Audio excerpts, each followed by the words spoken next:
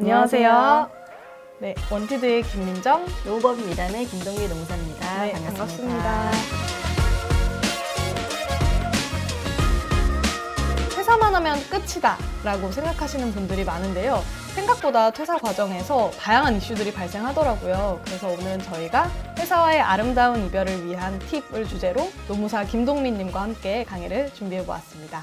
저희가 일단 4가지 파트로 구분해서 실제 사례들을 좀 받아봤어요. 질문 형태로 받아봤고 하나씩 한번 해보도록 하겠습니다.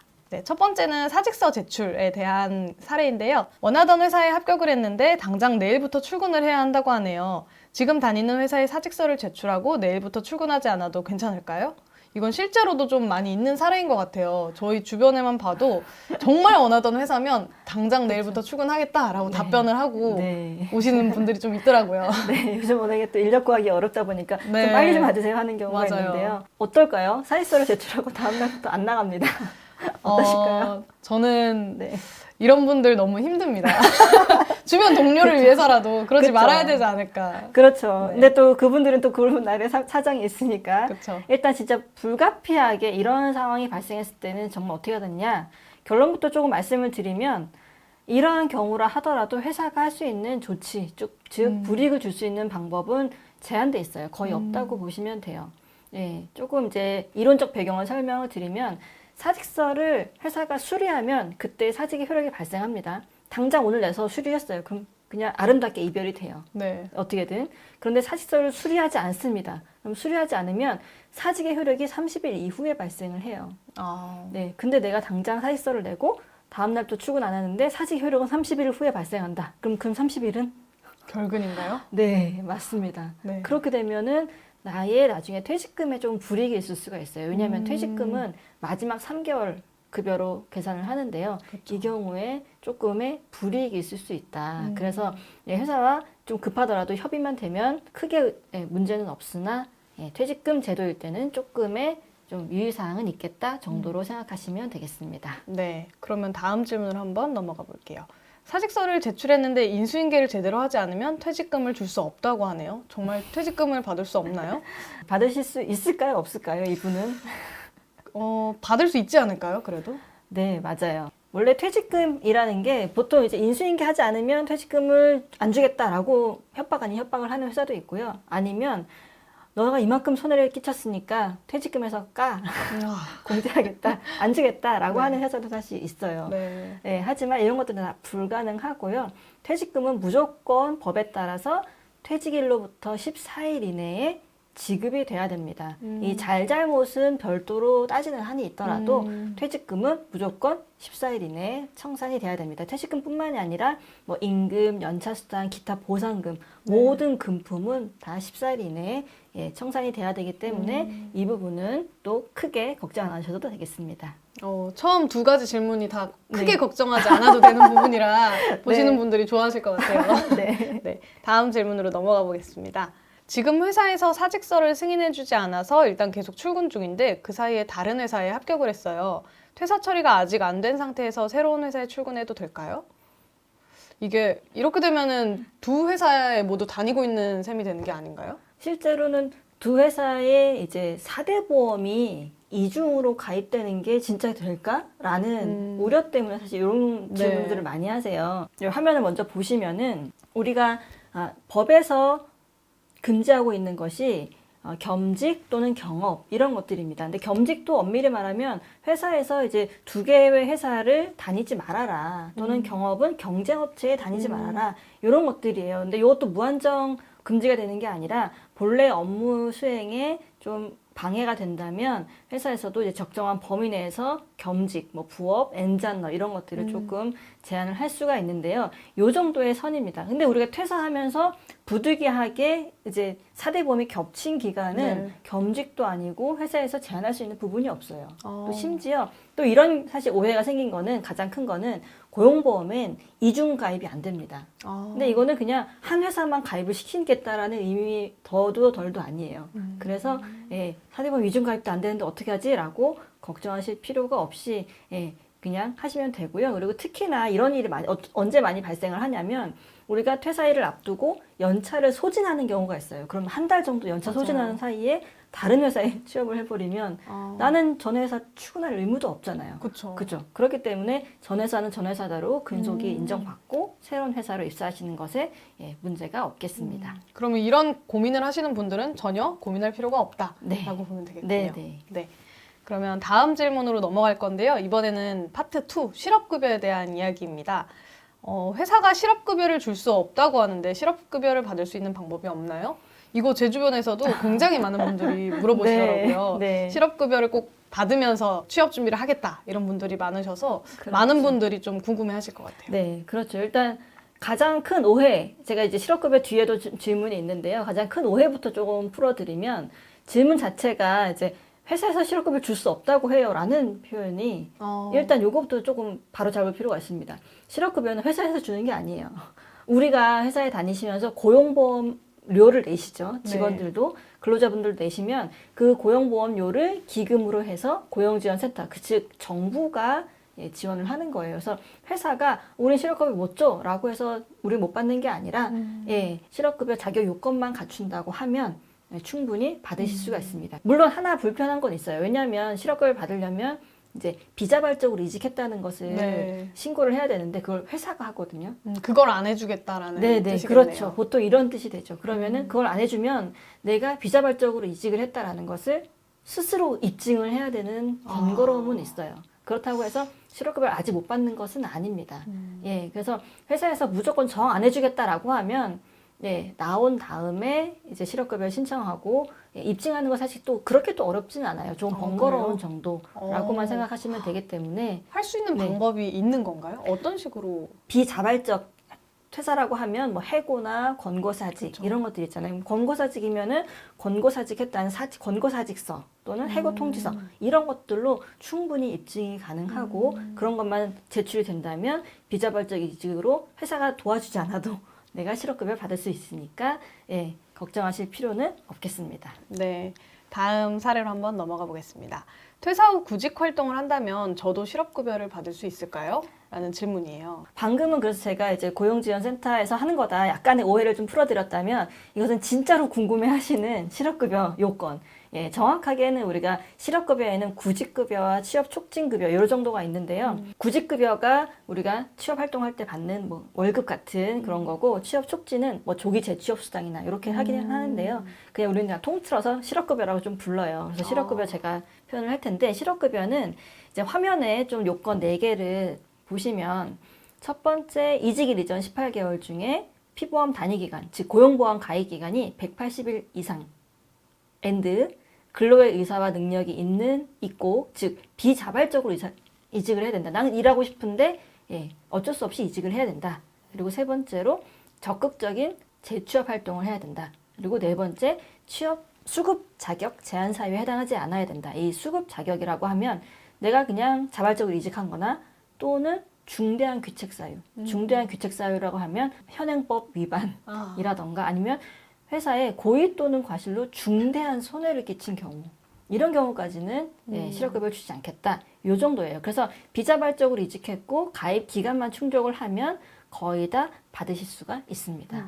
요거 관련해서 좀 궁금해하시는 분들이 있을 것 네. 같아서 대신 질문을 드리면 그러면 첫 번째 요건 관련해서 현재 회사에서 재직 기간이 3개월밖에 안 됐으면 아예 받을 수가 없는 게 맞죠? 그렇지는 않아요. 그렇지 왜냐하면 않나요? 예, 퇴직일 이전 18개월 중 고용보험 가입 기간이 180일인데 이 180일이 보통 한 6개월, 7개월 그쵸. 정도 되거든요. 이게 지금 회사뿐만이 아니라 이전 회사까지 통산해서 총 나의 고용보험 가입 기간을 통산해서 180일 이상이기만 하면 되기 때문에 예, 소속된 곳과는 관계가 없는 거다라고 보면 되겠네요. 맞습니다. 그러면 지난번 회사에서 퇴사를 하면서 만약에 내가 실업급여를 받았고 이번 회사에서도 어쩌다 보니까 권고사직으로 퇴사를 하게 됐다라고 하면 이걸 또 받을 수도 있는 건가요? 네. 기존 회사에서 만약에 받았다라고 하면 그때 고용보험 가입 기간은 어떻게 보면 날아가요. 그러면 이제 이번 회사에서 다시 180 이상 요건을 채웠다고 하면 받으실 수 있습니다. 그런데 지난번에 받았고 이번 회사에 들어온 지 3개월밖에 안 됐다. 그러면 받기는 어렵겠죠. 요건만 채워졌는지만 보시면 되겠습니다. 네, 감사합니다. 네, 다음은 해고 권고사직 파트인데요. 첫 번째 질문을 한번 보도록 하겠습니다. 회사에서 그만두라고 하면서 사직서를 제출하라고 해요. 꼭 써야 되나요? 네, 쓰시면 안 됩니다. 네, 이거는 제가 정의를 조금 설명을 드리면 좋을 것 같아요. 가장 이제 또 혼동하시는 게 해고와 권고사직 이 두 가지인데요. 해고는 사용자가 일방적으로 근로관계 종료를 통보하는 거예요. 네. 당신 나가세요. 예, 근데 권고사직은 나갔으면 좋겠어요. 나가실래요? 말투의 차이인가요? 네, 예, 나가세요 했는데 민정님이 알겠습니다. 저 그냥 받아들이고 나갈게요. 근데 뭐 위로금 주시면 좋고요. 이렇게 해서 만약에 받아들여요. 예를 들어서. 네네. 그러면 이것은 해고가 아니라 권고사직이 돼요. 사실 종이 한 장의 차이긴 한데요. 내가 그것을 받아들였느냐 안 받아들였느냐. 예, 그래서 그 받아들였다는 것을 확인할 수 있는 대표적인 서류가 사직서거든요. 그래서 내가 권고사직을 하고 그냥 실업급여 받고 이렇게 해서 나 조용히 나가고 싶다라고 하면 쓰셔도 상관은 없어요. 네. 하지만 예, 권고사직을 만약에 사직서를 쓰면 나중에 구제를 받으실 수가 없어요. 나중에 이게 난 해고당했어요 사실 이렇게 하면은 예, 구제를 받으시기가 정말 거의 불가능해요. 근데 해고를 당했다라고 하면 이제 법적으로 적법하게 뭐 구제 신청을 하거나 구제 받으실 수가 있기 때문에 만약에 구제를 받으시고 싶으시다라고 하면 절대 사직서를 쓰시지 않는 게 필요한 거죠. 정말 좋은 팁이네요. 이거 사실 네. 이 차이가 되게 사소한 차이라고 어떻게 맞아요. 보면 할 수 있기 때문에 모르셨던 네. 분들이 많을 것 같아요. 네네. 네, 그러면 다음 질문으로 한번 또 넘어가 볼게요. 해고를 당했어요. 구제받을 수 있는 방법이 없을까요? 네. 그래서 방금처럼 이제 권고사직으로 사직서를 썼으면 쉽지는 않고요. 네. 네, 진짜 순수 해고라고 했을 때는 해고는 세 가지 요건이 무조건 충족이 되어야 정당한 해고입니다. 우리나라는 이제 해고를 좀 엄격하게 정말 어렵잖아요. 해고하는 게. 그렇기 때문에 회사에서도 사유가 정당해야 돼요. 일단 내가 정말 해고를 당할 만큼 큰 잘못을 했느냐. 예. 그리고 그 양정이 정당해야 돼요. 내가 지각 한 번 했는데 해고한다. 어때 보이세요? 아주 불합리하죠. 네. 네. 근데 회사에 정말 내가 이거 업무도 제대로 안 하고 실수하고 또 계속 반복하면서 회사에 뭐 몇천억의 손해를 끼쳤다. 예를 들어서 또 횡령을 했다. 그럼 이러면 당연히 해고가 돼야 되지 그쵸. 않을까요? 이렇게 큰 잘못에 대해서는 크게 해야 되느냐 이게 양정의 정당성이라고 표현을 하는데요. 그래서 사유도 정당해야 되고 양정도 정당해요. 그다음에 마지막으로 절차도 정당해야 됩니다. 절차는 이제 최소한 법에서 정해진 절차는 해고 사유와 시기를 서면으로 통지를 해야 돼요. 네. 그냥 너 나가 이렇게 되면 100% 부당 해고. 근데 서면으로 언제 어떤 이유로 해고된다. 왜냐하면 직원에게도 소명의 기회 또는 그렇죠. 예, 권리구제의 기회를 줘야 되기 때문에 그것을 꼭 해야 되고요. 그다음에 해고를 하면 반드시 또 한 달 전에 미리 예고를 해야 돼요. 예, 왜냐하면 다른 직장을 알아볼 기회도 줘야 그쵸. 되기 때문에 예, 이러한 절차를 모두 거쳐야 이게 오어 조건이 아니라 엔드 조건이에요. 세 개다. 그래서 세 개 중에 하나라도 만약에 놓쳤다라고 하면 노동위원회에 구제 신청을 해서 권리를 구제받으실 수가 있겠습니다. 네. 법에서 굉장히 그래도 잘 보호를 해주고 있네요. 네, 그렇죠. 네. 네. 다음은 이제 이 세 가지에 속하지 않았던 그 기타에 대한 질문들인데요. 첫 번째는 이런 경우 되게 많을 것 같아요. 퇴사한다고 하니까 너네 연차 네. 못 써. 라고 하는 회사. 네. 너무 억지 아닌가요? 너무 마음을 그렇죠. 담았나요? 네. 네, 제가 뭐 회사 변명 아닌 변명을 좀 해주자면 인수인계 좀 했으면 좋겠다라는 의미로 좀 받아주시면 좋을 것 같고요. 네. 근데 인수인계도 다 끝났는데 연차도 쓰지 말라라고 하는 거는 우리가 또 정당하게 대처를 하셔야 되겠죠. 네. 네, 이건 법에서 명확하게 정하고 있습니다. 연차 휴가 청구권은 근로자에게 있어요. 네, 내가 언제 쓰겠다라고 하면 회사는 정말 업무에 막대한 지장, 네, 용어에서 느껴지죠. 네. 막대한 지장이 없는 이상 그 청구한 시기에 무조건 부여를 해야 됩니다. 그렇지 않으면 예, 근로기준법 위반에 해당하기 때문에 방금의 사안에도 만약에 막대한 지장이 있다라고 하면 예, 쓰지 말라고 하는 게 예, 정당하겠으나 정확하게는 쓰지 말라가 아니라 다른 날 써라. 예, 그쵸. 가 되겠지만 어쨌든 그런 사유가 없다라고 하면 진짜 질문처럼 억지 맞습니다. 네. 깔끔한 설명 감사합니다. 네, 다음은요. 동종업계에 더 좋은 조건으로 오퍼가 들어와서 이직하려고 하는데 회사에서 동종업계에 취업하면 손해배상 청구를 한다고 해요. 어쩌죠? 이건 아까 말씀하셨던 그 경업이랑 네. 관련된 거일 것 같은데 네네. 어떻게 하면 좋을까요? 경업, 그러니까 경쟁 업체에 취업을 하거나 아니면 내가 경쟁 업체를 스스로 차리는 행위예요. 이것은 왜 우리가 금지를 하고 있냐면 지금 회사의 영업 비밀을 보호하기 위한 조치입니다. 네. 예, 이 영업 비밀은 당연히 보호가 돼야 되겠죠. 그런데 이 영업 비밀을 보호하다 보면 나의 직업의 선택 자유가 또 침해될 수가 있어요. 그렇죠. 그래서 이게 균형 있게 해야 되는데 이 균형을 어떻게 우리가 법원에서 판단을 하냐면 일단 영업 비밀은 보호는 하되 직업 선택의 자유를 과도하게 침해하지 않는 수준으로만 경업 금지 약정을 체결을 해라. 만약에 예를 들어서 이 사람은 영업 비밀을 접근할 권한도 없었어요. 페이지에 보시면은 근로자의 퇴직 전 지위처럼 이렇게 보실 수가 있는데요.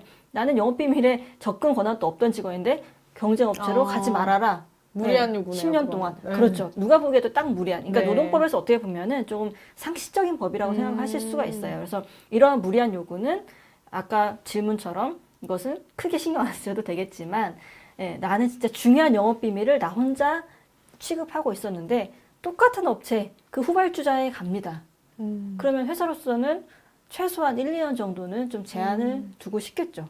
그리고 실제로도 영업비밀 침해의 소지가 높아 보이고. 네. 그래서 일단 그 영업비밀, 그리고 특히 영업비밀이 우리는 영업비밀인데 누구나 다 알고 있습니다.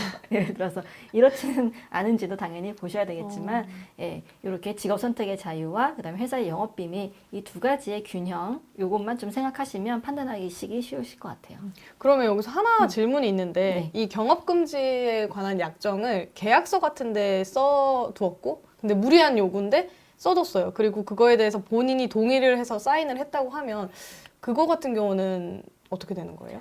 보통 이제 노동법에서도 나의 기본권을 침해하거나 아니면 노동법 위반에 대한 거는 아무리 합의를 해도 효력을 인정받지 못해요.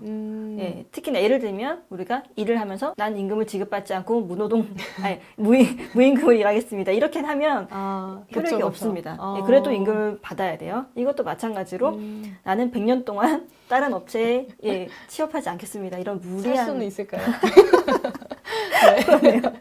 네, 그러면 이런 무리한, 살 수도 없다는 그런 기간 동안 했으면은 이것은 나중에 거기서 아무리 소송이 들어오더라도 이 약정의 효력을 인정받지 못하는 거죠. 그러면은 계약서에 그런 내용이 있다고 해도 걱정할 필요가 없다. 네, 라고 다만 생각하면 내가 되겠습니다. 진짜로 영업비밀을 취급했고, 그러한 누설의 위험이 있는 회사로 가지 않는 이상 나머지는 걱정하실 필요는 없겠다. 네, 보시면 될 것 같아요. 좋습니다. 네, 다음 질문인데요. 입사할 때 의무재직 약정서를 작성을 했는데 중간에 퇴사해도 괜찮을까요? 네, 저희가 이제 이게 마지막 질문인데요. 어떨까요? 의무재직 약정서를 내가 작성을 했어요. 아까 제가 이것도 현저하게 불합리하면은 효력이 없다라고 했는데 그렇게 밀고 나가도 될까요? 어떨까요? 이건 내가 스스로 10년 동안 근무하겠습니다라고 했습니다. 근데 이것도 좀 네. 너무 무리한 요구였으면 네. 안 되지 않을까요? 아닌가요? 네, 맞습니다. 사실 결론적으로는 맞는데요. 우리가 보통 의무재직 약정을 하는 거는 대표적으로 두 가지 정도가 있을 수가 있어요. 뭐냐면 하나는 사이닝 보너스를 받으면서 우리가 입사하면서 이 사이닝 보너스 말 그대로 이직에 대한 대가 플러스 사이닝 보너스잖아요. 사인에 대한 대가 플러스 앞으로 좀 몇 년간은 그래도 우리가 돈 주어서 데려왔는데 바로 다음날 퇴사하면 그쵸. 회사에 들어서는 그런 안전장치를 두죠. 그래서 이거는 대부분 효력을 인정받아요. 근데 인정받지 않는 경우는 딸랑 100만 원 줬는데 10년 근무하라고 합니다.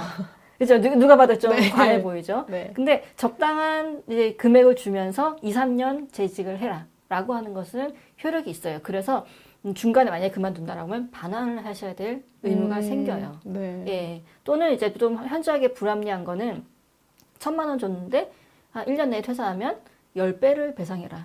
라던가. 그러니까 받은 만큼 돌려주는 게 아니라 몇 배를 배상해라. 이런 것들은 또 효력을 인정받을 수가 없고 사인 보너스 관련해서는 그렇고요. 두 번째로 또 대표적인 게 교육연수. 업무 관련해서 해외 연수를 2년간 보내줍니다. 비용이 적지 않죠. 그렇죠. 그러면 돌아와서 퇴사를 하면 회사로서는 손해겠죠. 그래서 보통 2, 3년 또 더 의무재직을 하는데 그렇게 해서 그 사이에 퇴사한다. 그러면 해외 연수 비용을 반환을 해라는 것도 보통은 효력을 인정을 받아요. 근데 그 사이에 뭐 근무를 한 데 대한 임금 반환 이런 것들은 효력이 없지만 비용에 대한 것들은 약정의 효력이 있기 때문에 이러한 두 가지 정도 대표적인 게 만약에 있다라고 하면 나중에 반환해야 될 의무는 좀 생길 수 있다. 그래서 이 부분은 주의를 하시면 좋겠습니다. 네. 그러면 의무 재직 기간 같은 경우는 사실은 애초에 좀 말이 되는 수준 안에서 작성을 하는 경우가 많겠네요. 그렇죠.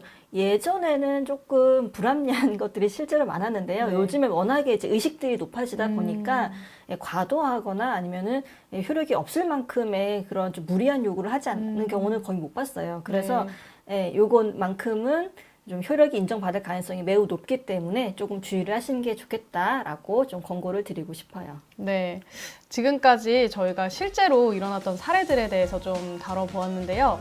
사실은 노무노동법이라는 게 정말 케이스마다 결과가 다를 수도 있고, 그 사례별로 또 상세한 내용들이 다 다르기 때문에 좀 더 자세한 사항이 궁금하시다라고 하면 아래 보이는 이 메일 주소로 조금 더 상세하게 문의를 해보셔도 좋을 것 같아요. 오늘 이렇게 같이 노동법 강의를 진행해 주신 동민님께 감사드리고요. 많은 분들께 이 강의가 도움이 되었으면 좋겠습니다. 네, 그럼 저희는 이상 마치도록 할게요.